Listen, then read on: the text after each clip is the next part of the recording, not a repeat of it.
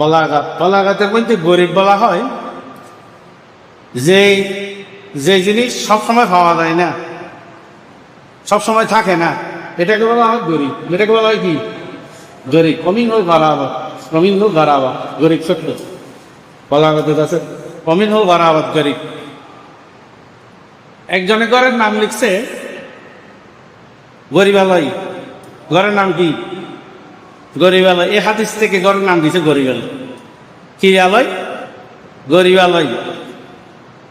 Municipal modern স্কুলের headmaster ছিল উনি, আমি মাদ্রাসা ছাত্র। ঘরের নাম দিছে গরিবালয়। গরিবালয় মানে এটা এমন একটা ঘর যে ঘরের মধ্যে স্থায়ী কেউ থাকবে না। দুনিয়া মুসাফির হয় না,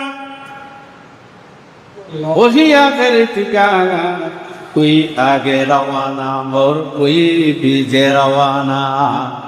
ये दुनिया मुसाफिर खाना है, वही आखिर ठिकाना, कोई आगे रवाना और कोई पीछे रवाना।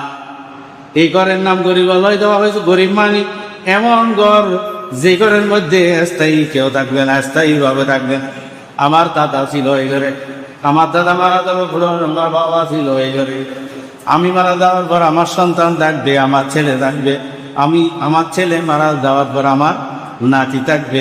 একের পর এক, একের পর এক, একের পর এই বিলের মধ্যে, এই জায়গার মধ্যে, ঘরের মধ্যে আসা যাওয়া করবে, কেউ স্থায়ী নয়। এটার নাম হচ্ছে গরিবালয়। সুবহানাল্লাহ।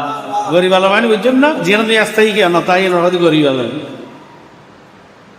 গরিব মানে অস্থায়ী। গরিব মানে কি? অস্থায়ী। ইয়ার শব্দ বুঝে ফেললে তো লম্বা কথা বলতে পারি।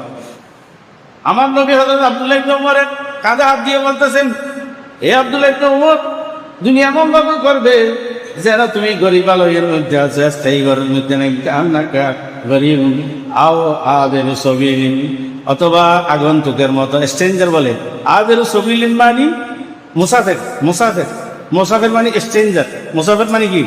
আগন্তুক। মুসাফির